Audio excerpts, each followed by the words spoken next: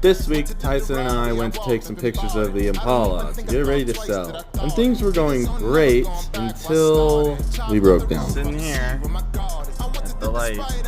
So we pushed her back a little bit and waited for my dad to bring me some coolant so I could fill it up and drive it home. We just push her all the way up the hill. We can just push her home.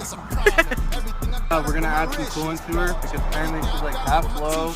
But we fixed her and got her home. And all that really matters is our photo shoot went awesome and I got some spicy photos to show for it.